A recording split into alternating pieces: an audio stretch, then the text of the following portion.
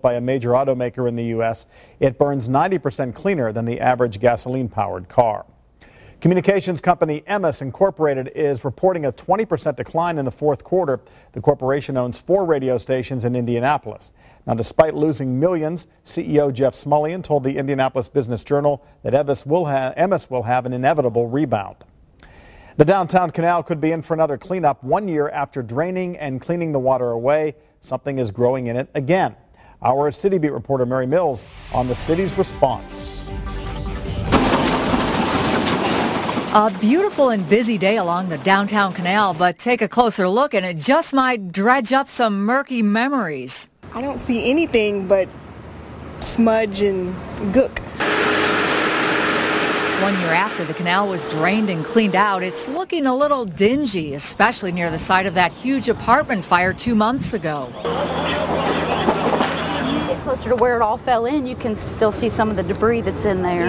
A lot of that's been cleaned out, and a lot of the major debris, the wood and things like that, were floating in there. There still could be some pieces of steel and even more soot and silt down there that'll have to be cleaned out. John Bartholomew says the city meets with developers next week to see about cleaning a portion of the canal or possibly all of it.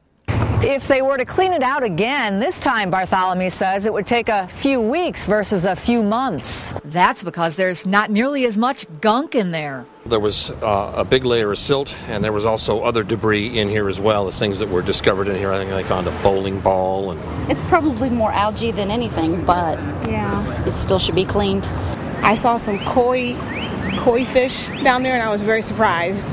I didn't think any fish could survive in here. Bartholomew says while it can be cleaner, it will never be pristine. This is not an aquarium. This is like any pond of water you'd find in nature. Do we treat it? Yes, bi-weekly, and then now as the summer's coming, we're going to treat it weekly. That retards the growth, but it doesn't stop it. Andy says anything stronger could cause environmental concerns. Look for a decision on what they'll do and when as early as next week.